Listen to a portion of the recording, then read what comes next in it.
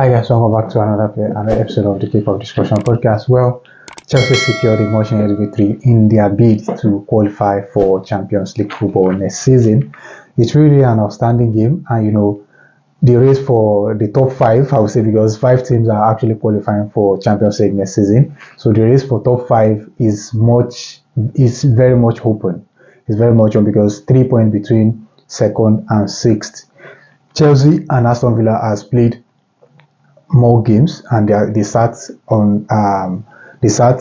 fourth and fifth respectively, and they now have 66 points respectively. So it's really open, and Manchester City is sixth on the table with 65 points, and if they play their game in hand, you know what will happen. They'll surely jump up if they win that game. So for me, I think it's really going to be a dramatic end to this season's Champions League sports.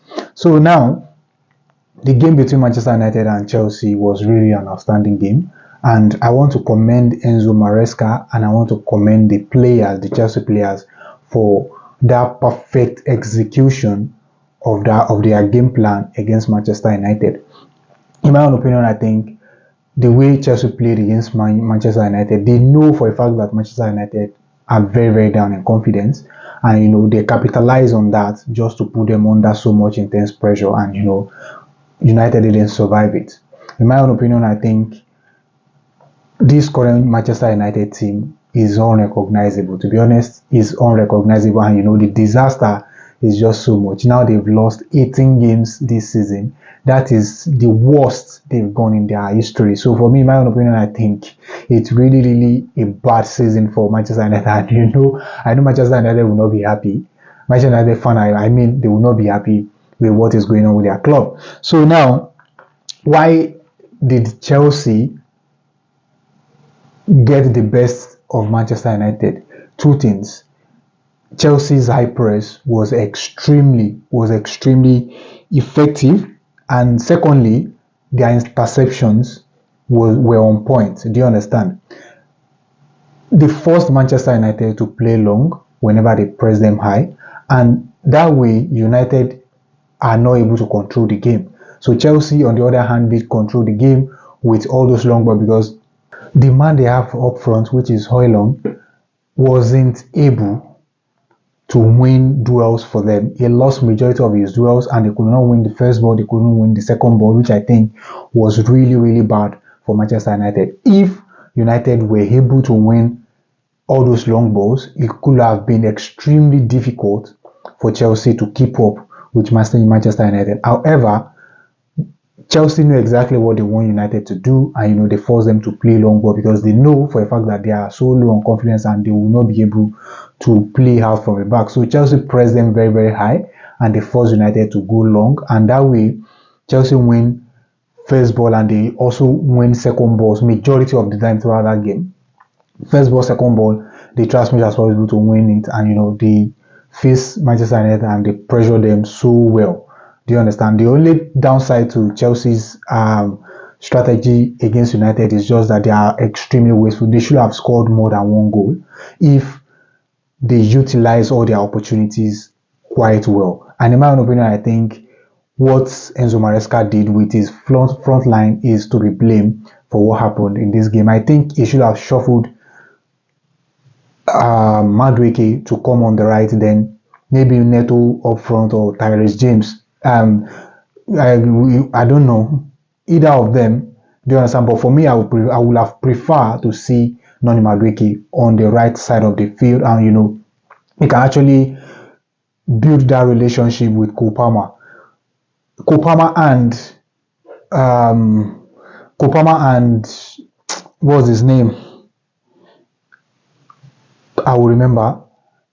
Their relationship isn't that great, but if it happens to be Noni Madueke already know what Kopama will do, and he know his movements, and Kopama as well knows this guy's movement. So for me, I think if he had played him in that right hand side, just maybe Chelsea would have been able to create more good goal scoring opportunities. But it is what it is. They were waiting in front of goal, and eventually they got a good goal through Cucurella, which was brilliant.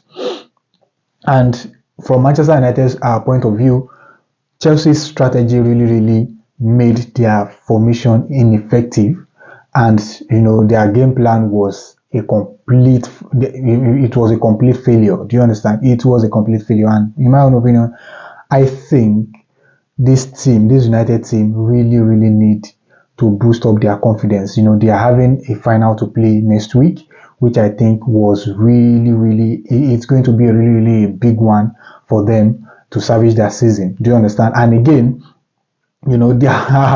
their opponents for the final also lost to Aston Villa 2-0. So for me, I think both teams have same thing in common. They are both 16th and 17th. I mean, yes, 15th and 16th on the table respectively, which I think was really a bad one.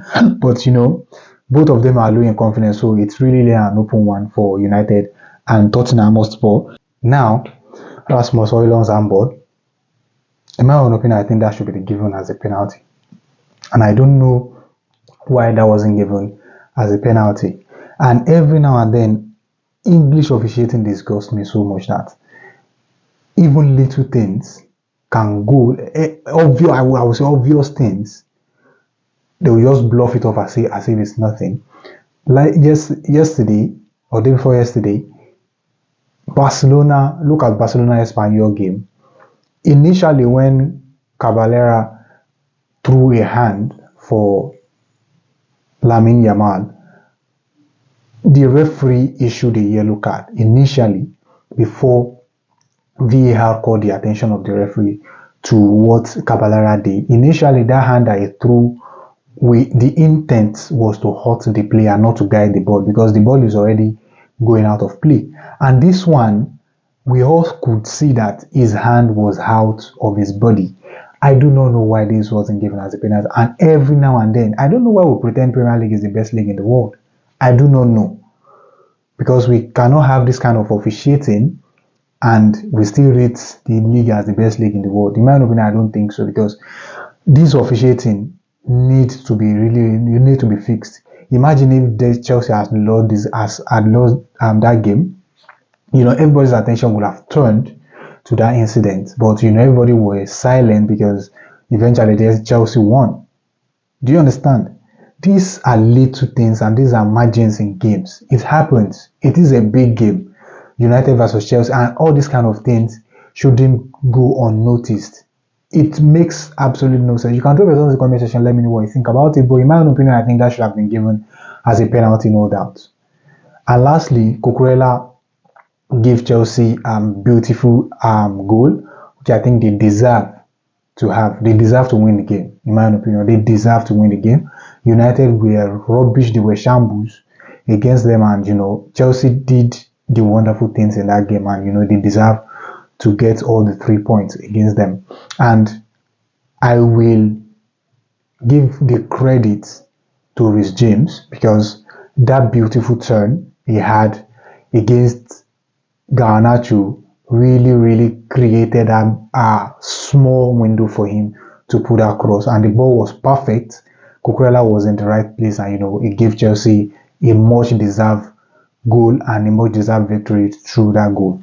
In my own opinion, I think if Chelsea had to reward anybody this season, Cucurella should be the best player at Chelsea this season. That's my own opinion. You can drop it in the comment section, let me know what you think. Cucurella did wonderful things for Chelsea this season, and the boy bring dynamism to Chelsea's strategy and their game plan and their tactics. So for me, I think it should be given the best player for this season at Chelsea. That's right. That's my own opinion. You can drop it in the comment section, let me know what you think. Well, these are the things I observed from the game. You can drop it in the comment section, let me know what you think about it. Every incident, the Højlund incident, the goal, and Chelsea's tactics and game plan, then Manchester United are confident. Drop it in the comment section, let me know what you think about it. If you are just coming across this page for the very first time, please do like, and subscribe. And if you are already here, please kindly smash the like button and drop it in the comment section. Thank you very much, and I'll see you in another episode, and bye for now.